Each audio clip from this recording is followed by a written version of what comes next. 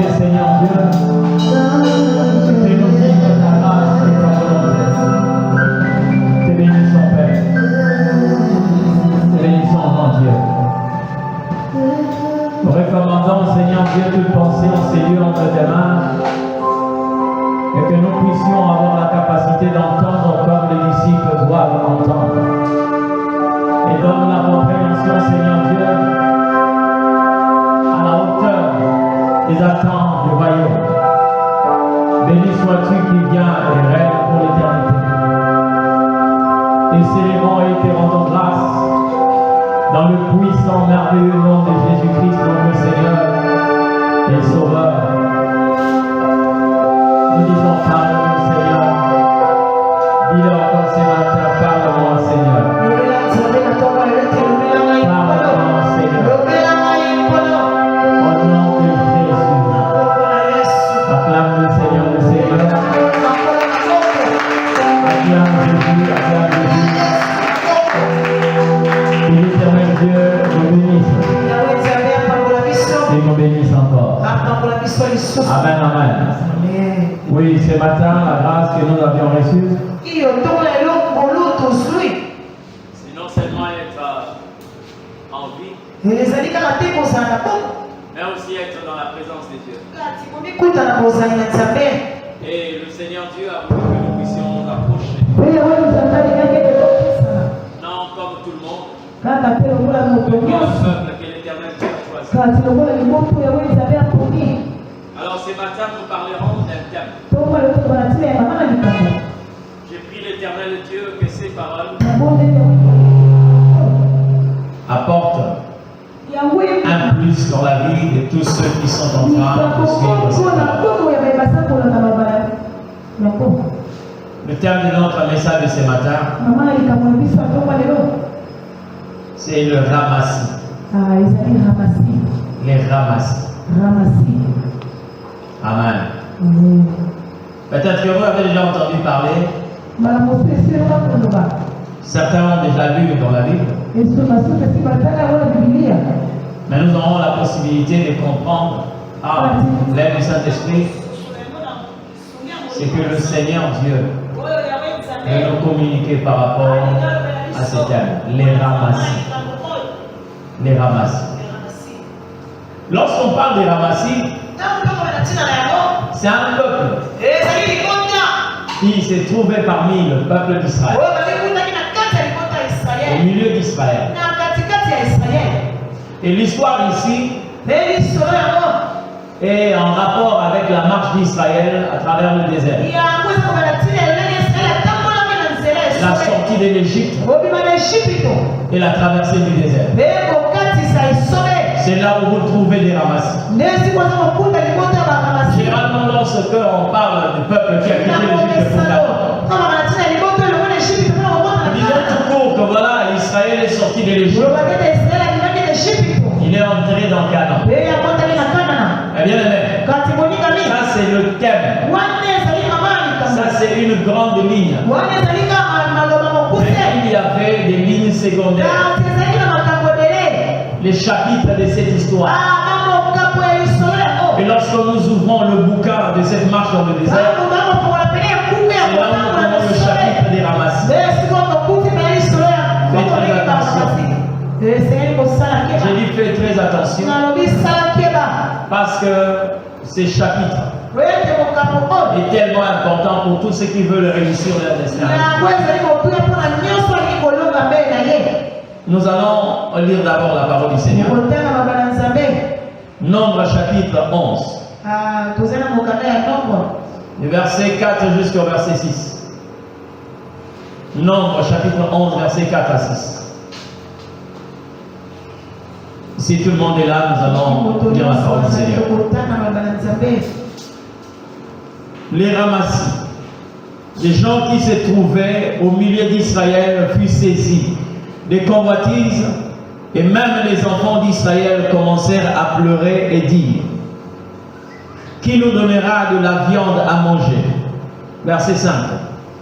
Nous nous souvenons des poissons que nous mangeons en Égypte et qui ne nous coûtaient rien. les concombres, des melons, des poivrons, des poireaux, des oignons et des ailes. Verset 6. Maintenant, notre âme est desséchée. Plus rien, nos yeux ne voient que la manne. Quelqu'un dit Amen. Le Seigneur Dieu nous bénisse. Alléluia. Vous voyez cette histoire? C'est là où on est en train de nous révéler les ramassis. Les ramassis ne faisaient pas partir du peuple de Dieu. Comment le chapitre de ce peuple intervient dans l'histoire d'Israël? Nous savons que le peuple d'Israël était un peuple qui était en alliance avec le Seigneur. C'était un peuple choisi. Son entrée dans le royaume d'Égypte par Joseph était dans la pensée de Dieu. Ses séjours en Égypte, 430 ans, c'était dans la pensée de Dieu. Et même dans la prophétie. La sortie d'Israël de l'Égypte par Moïse, c'était dans la pensée de Dieu. Et il y a un peuple qu'on trouvait en Égypte. Alors, qui certainement avait vu les prodiges qu'avaient opéré les ce que la Bible qualifie de plaies. Comment est-ce que Dieu avait frappé l'Égypte? Et quand vous regardez les 10 plaies, vous vous rendez compte que réellement l'Éternel avait dépouillé l'Égypte. Dieu avait touché tous les domaines en Égypte. Et même l'économie fut touchée. Et certainement les ramassis, voyant qu'ils n'avaient plus rien en Égypte, et ils ont préféré sortir avec le peuple. Ils ont fait tout ensemble avec le peuple. Mais ce peuple était dangereux. Très dangereux. Alléluia. Les ramassis dont parle la Bible ici pouvaient aussi s'habiller comme les Israéliens. Amen. Les ramassis pouvaient aussi par identification parler comme les Israéliens. C'est-à-dire commencer à parler la langue juive. Les ramassis pouvaient aussi chanter, entonner les cantiques que Israël était en train d'entonner. Mais leur plus grand problème était que c'était un peuple qui n'était pas en alliance avec Dieu. Il n'était pas en alliance avec Dieu. Il ne connaissait pas le Dieu d'Israël. Mais il marchait avec le peuple. Bien aimé le Seigneur. C'est tout à fait normal que l'on parle des ramassis au milieu du peuple de Jacob. Mais ce n'est pas normal qu'on parle des ramassis au milieu d'Israël. Sans ignorer que Jacob est passé de Jacob à Israël. De la création à la formation. Je vais vous expliquer ce que nous sommes en train de dire. On peut admettre qu'un enfant de la maternelle, après lui avoir posé la question de savoir 5 moins 3, qui te disent 18. On peut comprendre ça. Mais lorsque vous avez en face de vous un enfant qui, quelqu'un qui est par exemple en première, déjà à l'université, on lui pose la question 5 moins 3. Regarde alors le suspense commence. Déjà en première à l'université, quelle que soit l'option, quand on lui dit 5 moins 3, avant de donner la réponse, c'est d'abord la réaction qui va vous inquiéter. Si vous le voyez commencer à faire ça, ça commence déjà à inquiéter. D'accord? Mais la même personne, à la maternelle, on lui a permis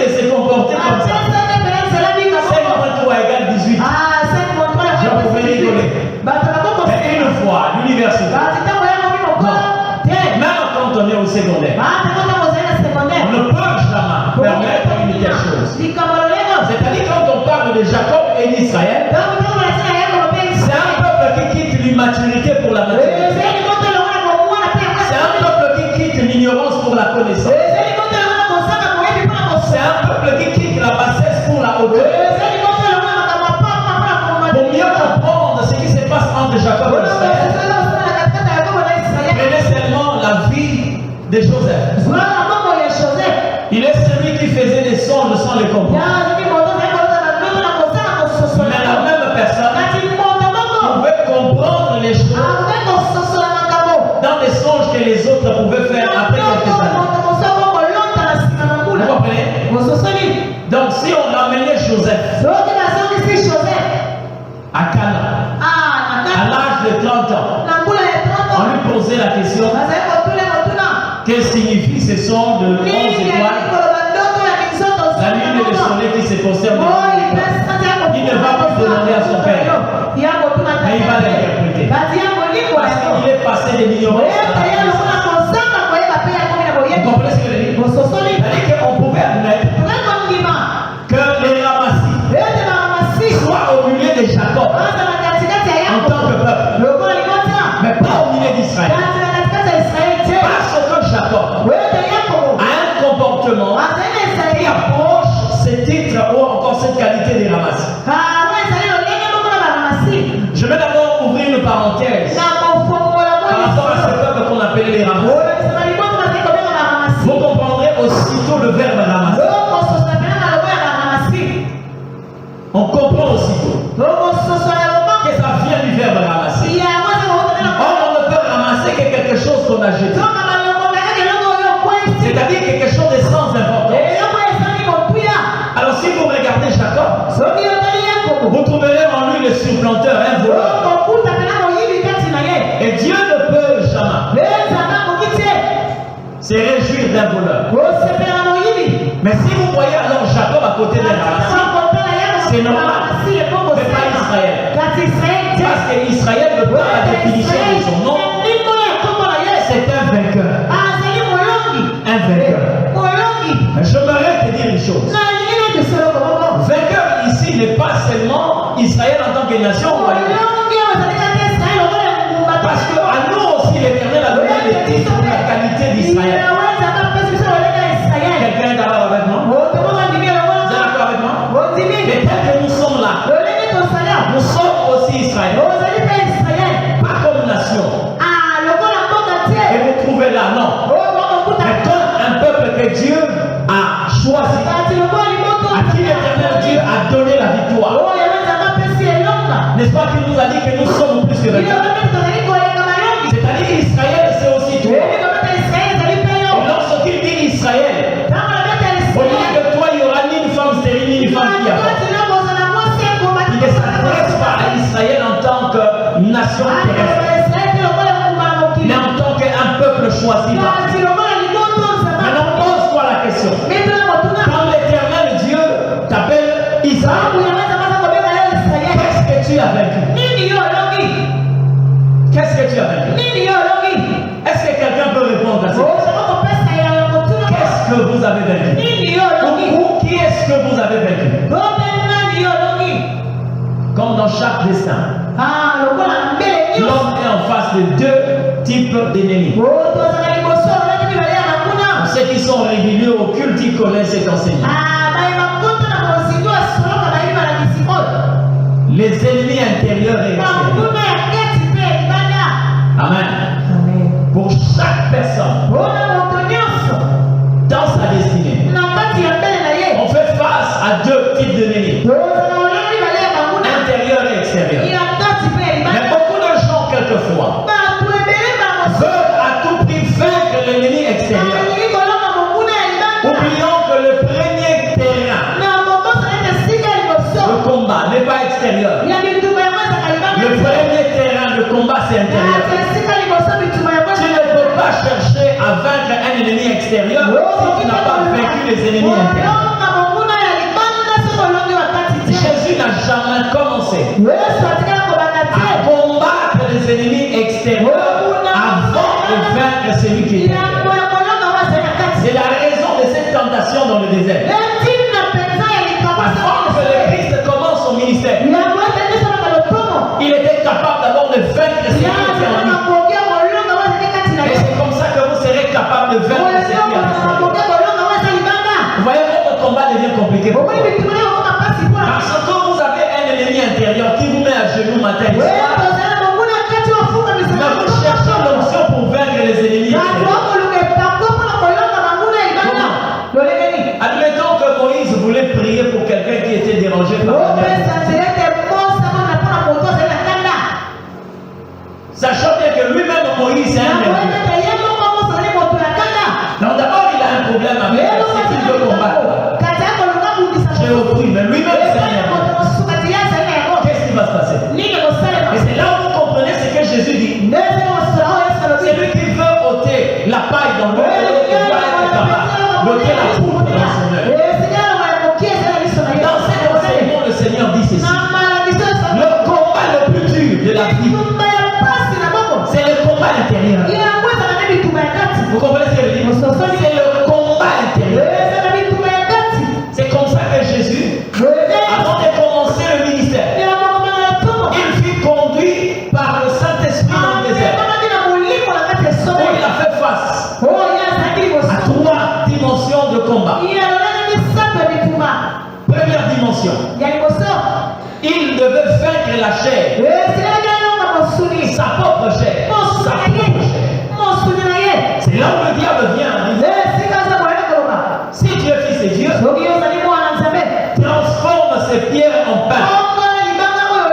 Il sollicitait quoi? Un besoin de la chair, un désir de la chair.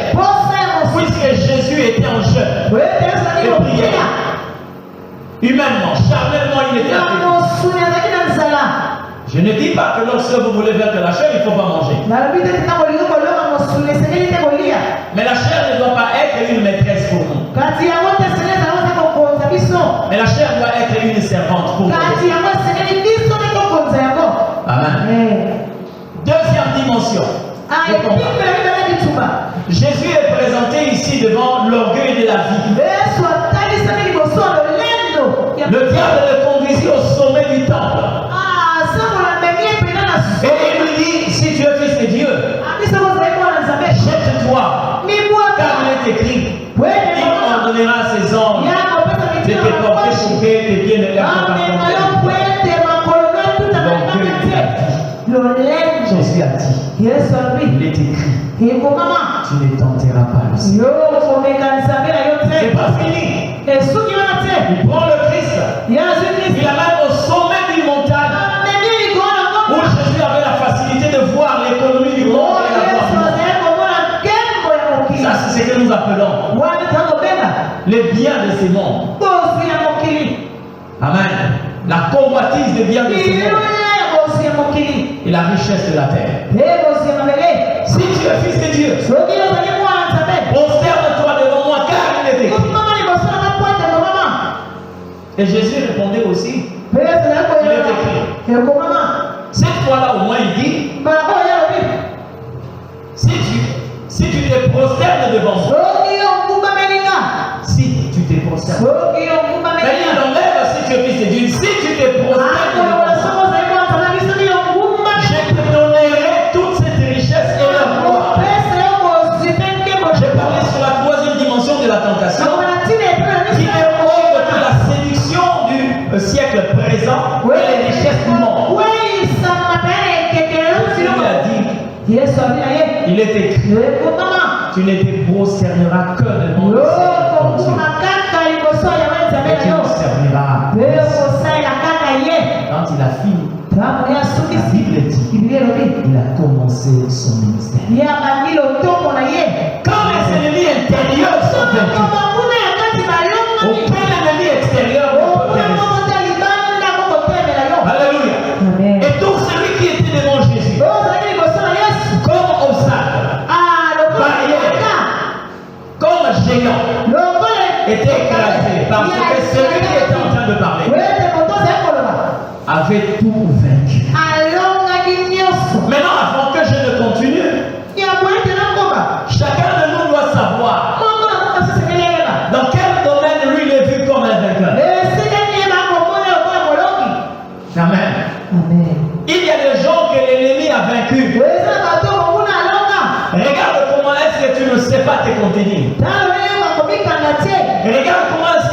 vit dans le mensonge, dans la cupidité, dans l'impudicité, la masturbation, les mauvaises pensées. Ta tête est un atelier du diable. Là où il vient concevoir les mauvaises pensées et il les met en exécution. Toi, tu ne dois pas être appelé vainqueur. Mais tu es encore à l'étape de Jacob. Il te faut marcher avec le Seigneur Dieu pour devenir Israël. Et il te faut laisser ce que l'Éternel Dieu est en train et te reprocher pour que tu te présentes à Israël. C'est comme ça que vous verrez Israël et dans la Bible comme celui qui parle autrement. Il dit quoi? Si quelqu'un est en Christ, il est devenu. Israël n'a jamais été, mais il est. Il est devenu une nouvelle créature. Comment le reconnaître? La Bible dit, voici toutes les choses anciennes sont passées. En d'autres termes, toutes les choses anciennes sont vaincues. Et tout commence. Amen. Tout ce qui est nouveau commence. J'ai parlé d'Israël. La première des choses, on ne peut pas trouver les ramassis au milieu d'Israël. Mais qui sont les ramassis? Je l'ai expliqué ici. C'est un peuple qui a seulement vu le prodige de Dieu et qui a vu la délivrance des enfants d'Israël. Et ils se sont dissimulés au milieu d'Israël. Ils chantaient, ils sortaient. Ils étaient en train de louer Dieu. Mais seul Dieu savait qui était en alliance avec l'Éternel. Les ramassis n'étaient pas des rachetés. Il est normal que nous puissions voir à côté d'un peuple choisi de racheter. C'est normal. Mais les ramassis, non. Parce que s'ils avaient été comptés par le Seigneur, on allait les appeler les rachetés. Parce qu'ils quitteraient l'état de ramassis et devenir un peuple racheté par Dieu. Mais non, ils sont sortis. Et quand ils arrivent au désert, c'est là où ils révèlent leur véritable nature. Dans les églises, il y a aussi des ramassis. Dans nos familles, il y a des ramassis. Dans ta vie, il peut y avoir des ramassis. Les gens se sont frottés les mains parce que Pharaon n'a pas traversé la mer rouge. On croyait que c'était fini. Non. Non. C'était pas fini. C'était pas fini. Oh, Pharaon est resté. C'est fini. Le peuple qui régnait, c'est lui qui pouvait le tuer. Et on avait pointé du doigt Pharaon. Mais Pharaon n'a pas traversé la mer rouge. Dites-moi, pourquoi est-ce que les enfants d'Israël sont morts en laissé grand nombre dans le désert? Vous savez pourquoi? Parce qu'ils n'ont pas su identifier une autre catégorie d'ennemis. Bien aimé, quelquefois, celui que tu vois là n'est pas ton véritable ennemi. Et dans la vie, lorsque tu te trompes d'ennemi, tu ne peux jamais réussir. Ne te trompe pas de cible. Il y a un ennemi qui s'est dissimulé parmi le peuple d'Israël. L'ennemi dont je parle ici est séparé en deux. Premièrement, il était dans la chair de chaque enfant d'Israël. Deuxièmement, il était au milieu d'Israël. Et celui qui était dissimulé parmi les enfants d'Israël, c'est-à-dire dans leur chair, c'était leur chair. Et celui qui était au milieu d'eux, les ramassis. Comment ça se passe? Les ramassis utilisent la chair pour intensifier le combat.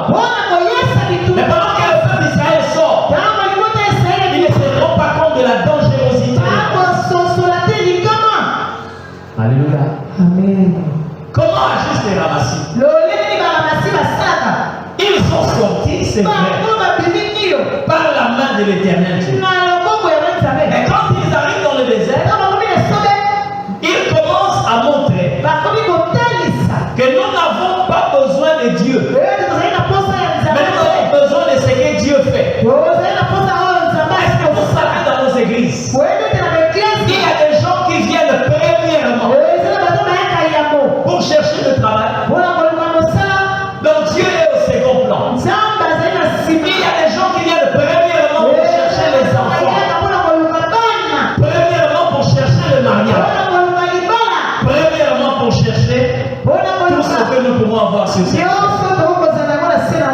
Mais jamais d'abord Dieu. Et les ramassis sont comme ça. Amen. Lorsque on nous dit dans l'histoire qu'il y avait plus de 600 000 hommes, sans compter les femmes et les enfants, qui sont sortis de l'Égypte. Dans les 600 000 là, il y avait des ramassis. C'est comme ça, bien aimé, une église peut avoir 1000 membres, mais 15 fidèles. Une église peut avoir 200 membres, mais 40 fidèles. Amen. Lorsque nous nous réjouissons par rapport au nombre des membres, Dieu se réjouit des fidèles. On peut aussi avoir une église toute pleine mais aucun fidèle. Amen. Parce que les membres peuvent remplir des places dans l'église, mais les fidèles remplissent le royaume de Dieu. Ils ont leur place dans le royaume. Mais les fidèles ont leur place dans le temple. Alléluia. Les ramassis, c'est un peuple qui marchait avec Israël, mais comme il n'était pas en alliance avec Dieu, c'est qu'il n'avait pas la culture du royaume. Les ramassis n'avaient pas la culture du royaume. Ils étaient étrangers à la vie de Dieu, privés du droit de citer, mais ils étaient au milieu du peuple. J'aimerais un peu lire un texte de la Bible qui renforce en fait la position des ramassis. Éphésiens chapitre 4, le verset 18. Le caractéristique que vous voyez ici vous renvoie au ramassis. Ils ont l'intelligence obscurcie. Ils sont étrangers à la vie de Dieu à cause de l'ignorance qui est en eux et à cause de l'endurcissement de leur cœur. Voilà un tableau qui vous peint les ramassis. Mais ils étaient parmi le peuple d'Israël. On pouvait leur qualifier d'enfants d'Israël, mais ils n'avaient aucune alliance avec le Seigneur. Alléluia. Aucune alliance avec Dieu. Qu'est-ce qui s'est passé? Lorsque vous lisez le verset 3, la Bible parle d'un châtiment que l'Éternel Dieu avait infligé à son peuple à cause de son Mais normalement, le verset 4 devait normalement nous parler d'un règlement. Parce que déjà au verset 3, l'Éternel s'est apaisé et il a enlevé les châtiments sur son peuple. Mais le verset 4 commence en les ramassis. Les ramassis. Ils se sont révoltés et ils ont contaminé le peuple d'Israël. Mon frère, ma soeur, j'aimerais te dire une chose. Le diable peut être loin de toi physiquement, mais il va se rapprocher de toi par des ramassis qui sont à côté de toi. Pénétrer une femme au foyer. Tu as vaincu le mariage, mais tu es allé te connecter au ramassis. C'est comme ça que tu pourras perdre ton foyer. C'est comme ça que tu peux détruire ton foyer. Même pour ceux qui sont à l'école, ceux qui sont sur le banc d'école, ceux qui sont au travail, les ramassis sont partout. Leur rôle, c'est de détruire ton destin. Leur rôle, c'est de détruire ta destinée. Ma bien-aimée, tu dois être capable de les détecter. Amen. Tu peux aussi te remettre entre les mains d'une femme qui n'est autre qu'une femme ramassée. Comment vous pouvez expliquer? Un homme comme Job, quelqu'un qui craint l'Éternel, qui a la possibilité de vous faire entendre la parole de Dieu. Mais sa femme est porte-parole de diable. Parce que ce que sa femme dit à Job, c'est ce que le diable disait dans le conseil de Dieu. Le diable a dit sans que la femme de Job soit là. Il dit, si tu touches à ce bien, tu verras, il va te maudire en face. La femme de Job n'était pas. Mais physiquement, la femme de Job, après avoir fui son mari, elle dit à son mari, est-ce que tu ne peux pas insulter et mourir? Qui lui a mis ses paroles dans la bouche? Amen. Qui lui a mis ses paroles dans la bouche? Les ramassis sont là, ils n'ont que pour rôle de détruire ton destin. Mais toi aussi, quelquefois tu m'entends, tu peux être aussi un ramassis. Parce que cette parole est aussi un moyen de t'identifier. Les ramassis sont au protocole.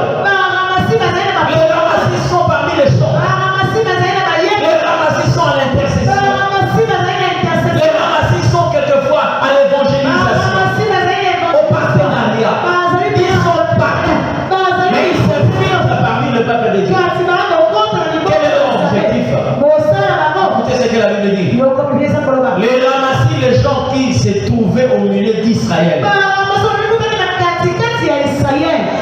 excitèrent les enfants d'Israël à la convoitise. Amen. Israël était calme. Mais ça a commencé avec des ramassis. Et lorsque tu vois un groupe de gens qui ont une certaine conduite, les ramassis interviennent. Ils interviennent pour changer votre comportement. Amen. Quelquefois on sert Dieu sans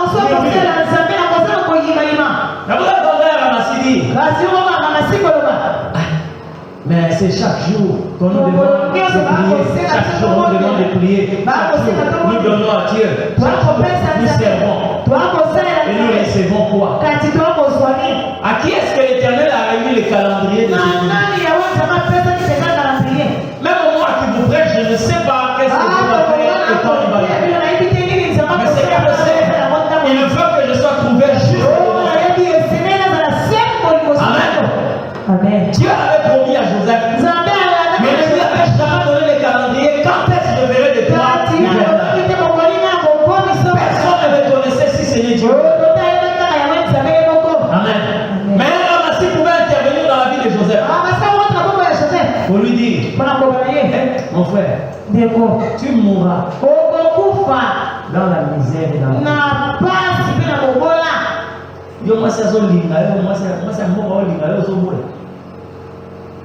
et si Joseph cède seulement pour dire de ces ramassis-là, et on commence à dire à Dieu, mais c'est quoi finalement?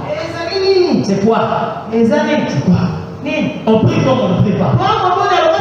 On prie comme on ne prie pas. Un ramassis peut te pousser à regarder les païens là où tu devais regarder à Dieu. Parce que moi, ma Bible me dit, je lève mes yeux vers les montagnes de tout me viendra le secours. Je les regarde tourner vers l'Éternel. Si les païens prospèrent, c'est leur affaire.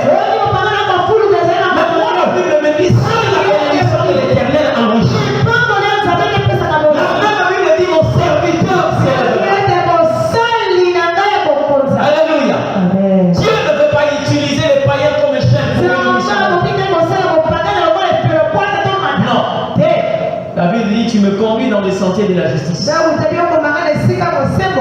cause des païens. C'est qui dit? Il dit quoi? C'est à cause des païens. Un ramassis peut te pousser à la révolte aussi longtemps que tu étais correct avec lui. Alléluia. Ils ont commencé à exciter Israël à la révolte. Et regardez la question qu'ils ont posée. Qui nous donnera de la viande à manger? Qui nous donnera de la viande à manger?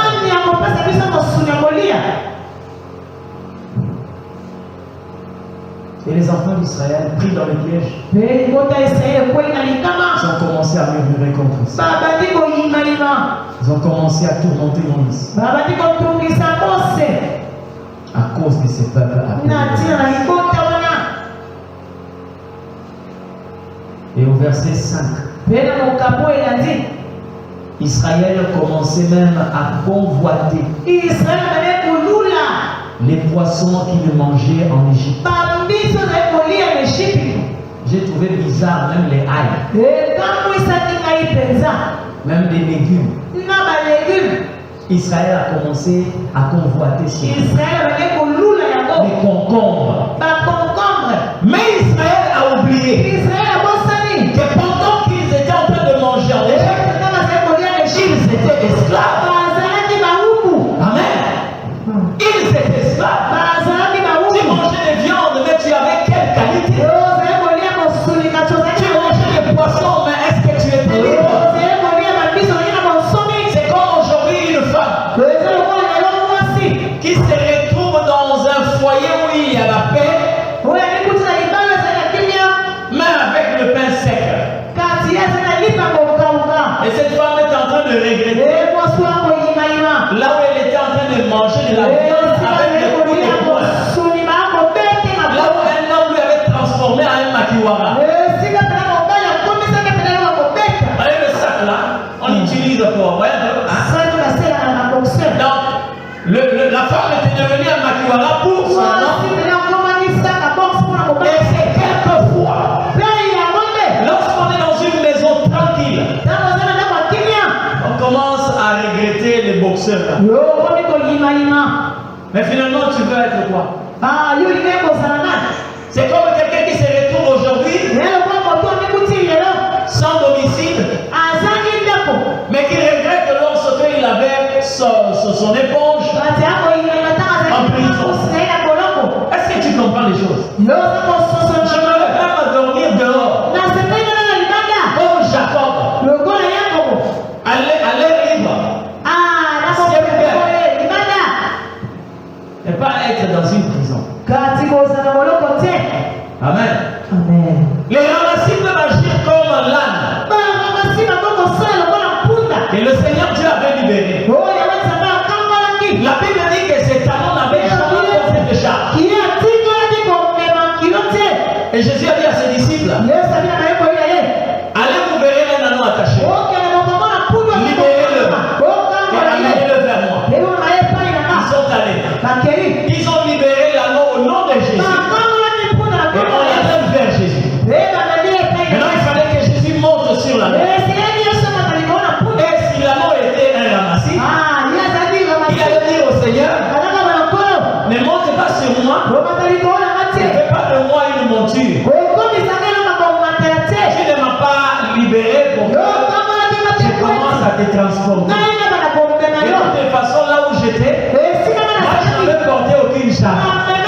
Mais cet anneau a oublié, sans une charge sur son dos, mais l'anneau avait une corde à son cou. Alléluia. Et les ramassis sont comme ça. Ils veulent avoir un Dieu qui sert à leur intérêt. Mais ils ne veulent pas un Dieu qui va les utiliser pour les besoins de Dieu.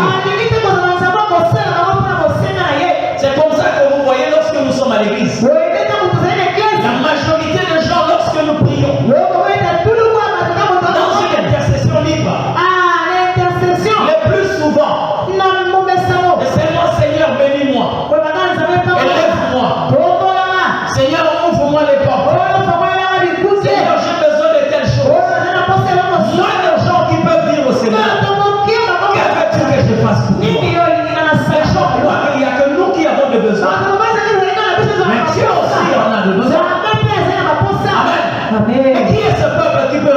besoin de Dieu. Vous allez me poser la question de savoir est-ce que Dieu aussi a des besoins? Oui. Quand vous lisez la Bible, Dieu parmi ses besoins, il dit qui ira pour nous? Amen. Lorsque nous avons ici des gens qui veulent travailler, ils sont ceux qui cherchent le travail, ils sont ceux qui veulent que le Seigneur leur donne du travail. Une seule personne, deux, trois. Ceux qui cherchent le mariage sont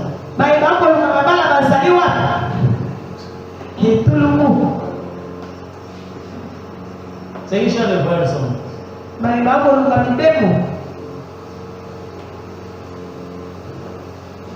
ceux qui cherchent l'élévation sont. Mais comment on dit tout le monde abstraction.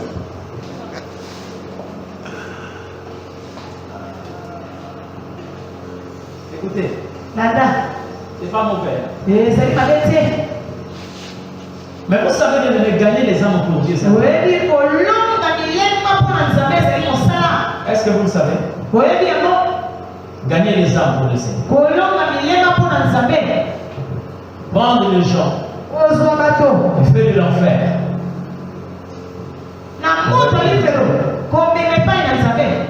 Les ténèbres à la lumière. De la méchanceté à la justice. Est-ce que vous savez que c'est un travail?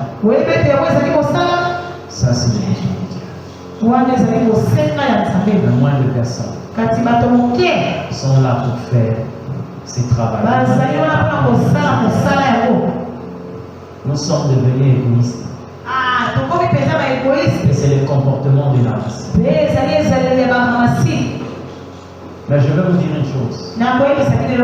Dieu n'est pas là pour répondre à vos convoitises. Mais Dieu est là pour accomplir vos besoins. Il veut faire la différence entre la convoitise et mais le peuple d'Israël est tombé dans la convoitise. Je vais te dire une chose. Ne demande pas le mariage parce que quelqu'un s'est marié avec toi. Ne demande pas le travail parce qu'il y a quelqu'un qui a obtenu un bon travail. Ne demande rien parce que quelqu'un a reçu ça. Non. La Bible dit Dieu fait chaque chose à son temps. Chaque chose en son temps. Lorsque vous étiez encore enfant, je ne sais pas si ces gens existent encore. Dans cette flamme de jeunesse là, on se faisait apprendre par certaines personnes. On se faisait avoir par certaines personnes. Dis non. Tu vois le flacon là? C'est combien? C'est $10. C'est le pouce-poil. Vous connaissez ça? Pouce-poil. Vous achetez ça. Parce qu'à un certain moment, on avait marre d'avoir un manteau mou comme ça. Vous voulez avoir la barbe, mais aujourd'hui, ça commence à nous déranger. Et vous allez appliquer ça jusqu'à ce que le flacon va finir. Il n'y a même pas un poil qui sort. Vous allez rencontrer encore un autre 2 semaines après. Il va te dire que ça c'est le pire. Ça c'est vraiment pur. Combien? $3.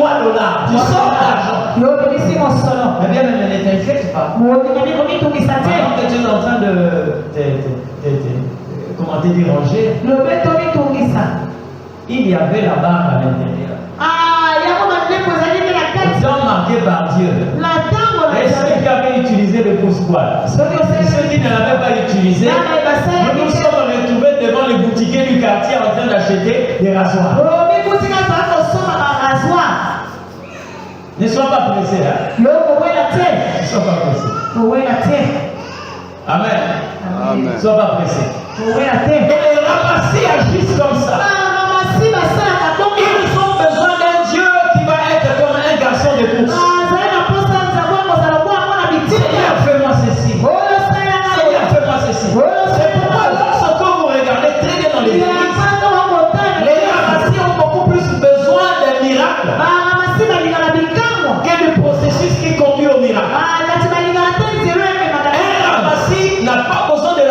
il a besoin du résultat que produit ta foi. Bien aimé, écoutez-moi très bien. La foi est comme un fruit. Mais le fruit ne sort pas comme ça. Ce n'est pas une génération spontanée. Le fruit sort par l'arbre. Et l'arbre vient de la sémence. Et dans ce qui est de Dieu, la foi est une sémence. Et le miracle, c'est le fruit. Si tu sèmes la foi, tu récolteras le miracle. Mais le ramassis n'a pas besoin de la foi. Lui, son problème, c'est le miracle. Mais ne vous en faites pas. La foi, ce n'est pas seulement le simple fait de dire que la montagne quitte ici. La foi, c'est aussi un comportement. La foi, c'est aussi une conduite. Lorsque tu regardes ta vie, tu vas te rendre compte. Tu n'es pas allé au mariage vierge. Vous savez pourquoi? Parce qu'à côté de toi, il y avait des ramasses. Mais si ton destin était comme celui d'Esther, tu allais manquer le roi. Parce que pour avoir le roi, même si tu es belle, la condition, il faut que tu sois belle. Mais il y a des gens qui te disaient, une jeune fille comme toi, reste comme ça, quand tu vas voir, ça va déclarer des problèmes. Ramassis. Tu n'es pas obéi sa vie. Tu n'es pas marié chaste. Parce que tu as autour de toi des ramassis. Amen. Je me rappelle lorsque j'étais encore au lycée. J'étais en terminale, si je me trompe. J'avais un ami qui priait dans une église. De 100%. Parce que là, je priais déjà. Non, toi, tu n'as pas une copine. Tu n'as pas une copine.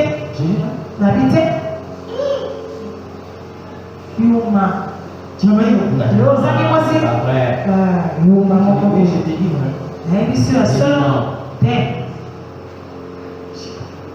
mais pourquoi? Même pas deux, même pas trois, mais au moins une. Et quand j'ai essayé de sonner, il était serviteur dans une église quelconque. Il était serviteur. Et c'est à lui de me dire, avoir une copine, c'est pas un péché. Peut-être 2, 3, 4, là tu seras un peu difficile.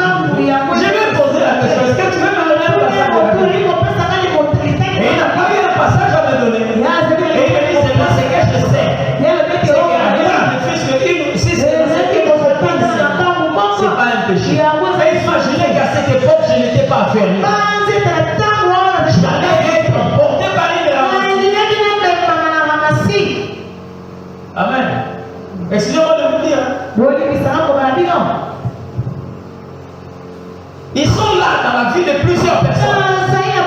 Et leur objectif, c'est de vous détruire. Et il y a une phrase qui amène les ramassis dans la vie de toute personne. Vous connaissez la phrase? Et la colère de l'Éternel s'enflamma contre. Si tu es dirigé par des ramassis, tu auras la colère de Dieu en permanence. Parce qu'à chaque instant que ces gens vont te pousser à faire des choses qui s'élèvent contre la volonté de Dieu. Ils sont là les ramassis. Un ramassis à l'église. Il va te poser la question. Tu étais là quelle heure? Moi, je suis arrivé ici à 8h30.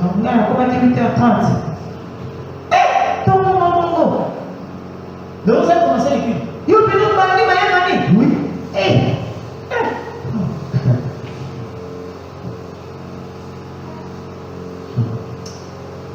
Vous avez un risque, hein?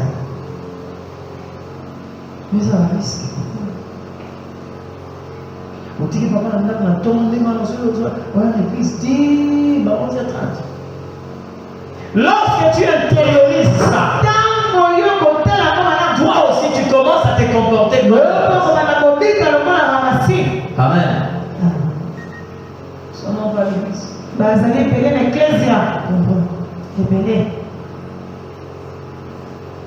Amen.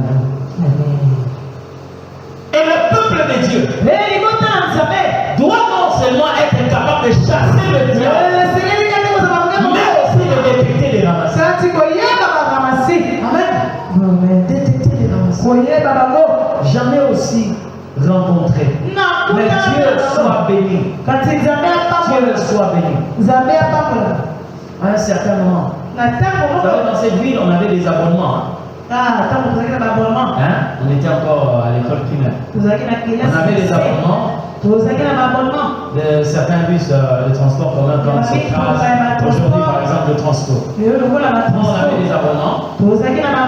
Lorsqu'on ne vous conduisait pas à l'école par votre parent, vous avez des abonnements.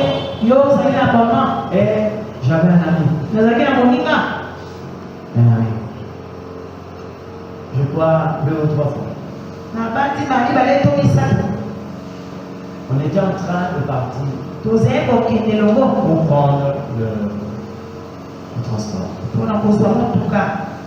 Mais lui, il faisait beaucoup plus que qui. Bon, par solidarité, on a commencé à faire tout ensemble. J'avais ma carte d'abonnement. On est arrivé quelque part. Il m'a dit, mais on peut aller voir les gens qui jouent au foot. J'ai dit, comment ça? Tu vois quoi, on peut rester là-bas juste. Et pour la première fois, je suis allé. On a commencé à découvrir ceux qui étaient en train de faire les entraînements. Regardez-leur comme ça. C'était déjà passé. Maintenant, pour rentrer à la maison, on va te poser la question de savoir tu es rentré à 7 heures dans le plan. Alors, nous avons créé une autre distraction. Vous commencez à aller pavaner à gauche et à droite. Jusqu'à ce que l'heure est arrivée, on est rentré. C'est pourquoi les parents qui ont souvent l'habitude de jeter le regard sur le cahier de leur enfants, c'est très important. Cet ami-là m'a fait fuir, m'a séché les cours 3 fois. À un certain moment, je ne pouvais pas l'attendre. Quand il était en retard, je prenais le bus et je partais. Et Dieu a fait des choses après, je crois, 1 année, on s'est séparés, moi je crois. Quelques années après, je suis revenu au pays. Vous savez ce qu'il est devenu? Rien. Rien. Et le jour où on s'est rencontrés,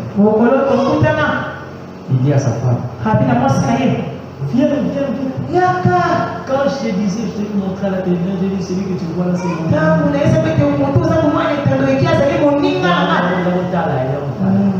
Sa femme est sortie, ses enfants sont sortis, sa grande soeur, son petit frère.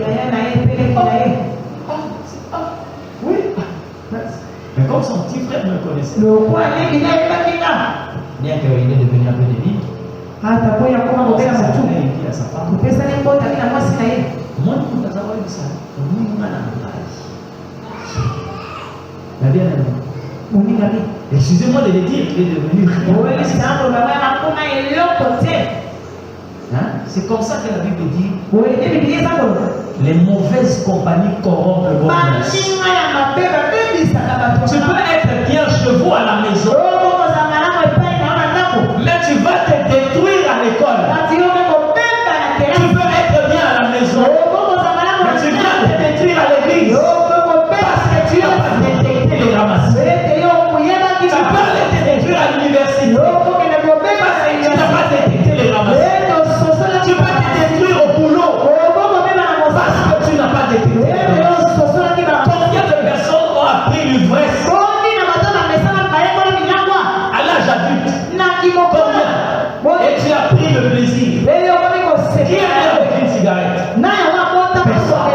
Mais comment les gens sont devenus fumeurs? Amen. Les ramassis sont présents dans chaque vie. Amen. Un ramassis peut te regarder pendant que tu te presses pour aller à l'église.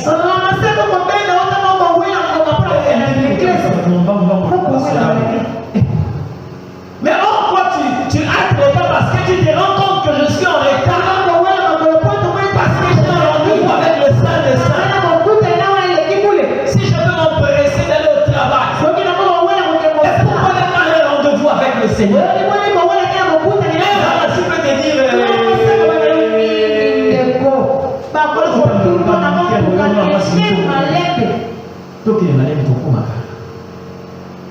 L'église est qui m'a été malade. Comment la table va bien? Pour le moment, on a pas de tes amis de la magie. Bien que la vie soit bonne, son élément. Mais si la table de la magie, ça n'est pas bien la magie. Il peut même sortir l'argent acheté dans le bijou. Mais à propos de mise à consolation bijou. Et prendre les bouteilles Kassa. Prévenance ma bouteille, voilà la plastique. Non, Kassa. Ah oui, pourquoi? Donc il faut qu'on mette la pose de sa bouteille. Pour faire déjà 20 minutes au mal. C'est un ramassis. Mais ce qu'il fait là, il est en train d'inculquer comment. Regarde la manière dont tu as commencé à servir Dieu dans ta vie. Regarde aujourd'hui ta façon de servir. C'est comme on pose la question, Paul a posé la question. Qui vous a retenu? De sorte que vous commencez à servir Dieu de la sorte. Qui vous a retenu? Les ramassis sont partout. Ils sont partout. Même ici, dans l'âge, ils sont en train de parler.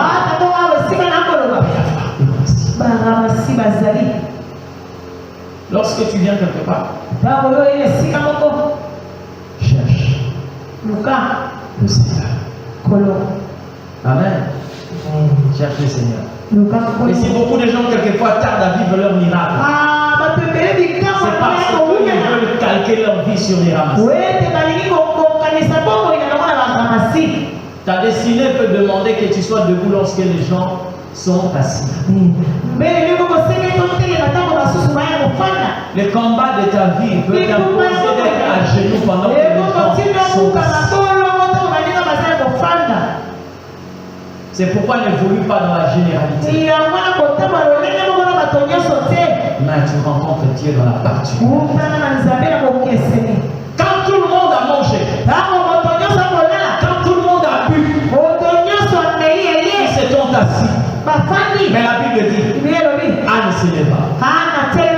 C'est là où elle a trouvé Samuel. Mais les ramassis peuvent te faire asseoir. Les ramassis peuvent être responsables d'une déviation de comportement dans ta vie. Je vais finir par ceci. Ils ont dit ceci. Nous ne voyons plus rien si ce n'est la manne. C'est le verset 6. Écoutez ce qu'il dit. Maintenant notre âme est desséchée. Plus rien devant nos yeux si ce n'est que la manne. Dis après moi ramassis. Vous êtes d'accord avec moi? Que vous ne mangez pas toute la journée.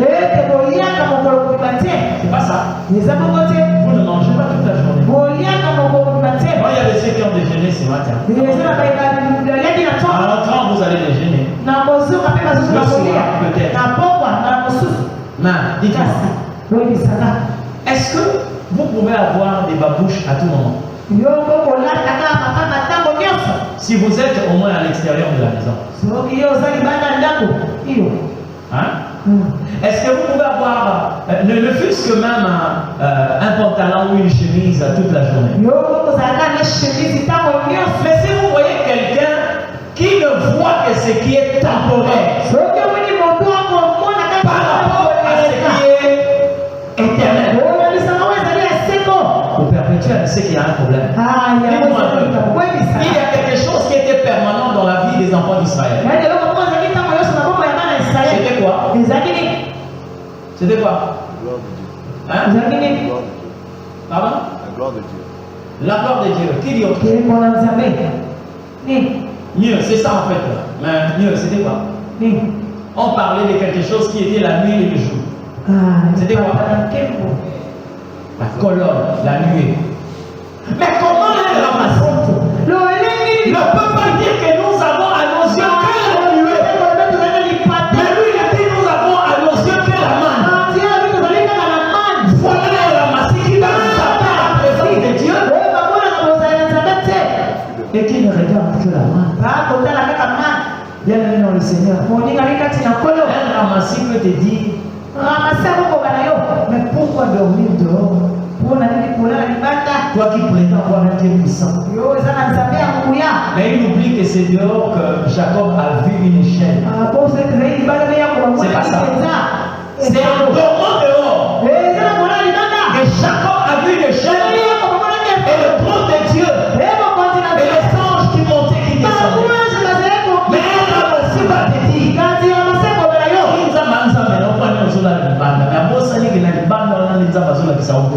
Amen. tu dois te débarrasser des ramassis dans ta vie. Et prie l'Éternel Dieu. Dieu ne voit pas comme des ramassis. Parce qu'ils ne peuvent voir qu'elle a mangé. Mais ils sont incapables de voir ce qui est permanent. La gloire de Dieu. La gloire de Dieu. Alléluia. La gloire de Dieu. Ce matin, j'aimerais que quelqu'un parle au Seigneur. Tu dis à Dieu. Si toi-même tu te rends compte que tu es aussi un ramassis, prie l'Éternel et dis à Dieu, donne-moi la vie d'un peuple qui t'appartient. Et si tu t'es rendu compte qu'autour de toi il y a aussi des ramassis, dis à l'Éternel Dieu de t'en débarrasser. Pour que tu te rapproches d'un peuple qui est saint. Dans la position qui te permet de prier. Alors élève ta voix, commence à prier. Commence à prier. Commence à parler au Tout-Puissant. Commence à parler au Tout-Puissant.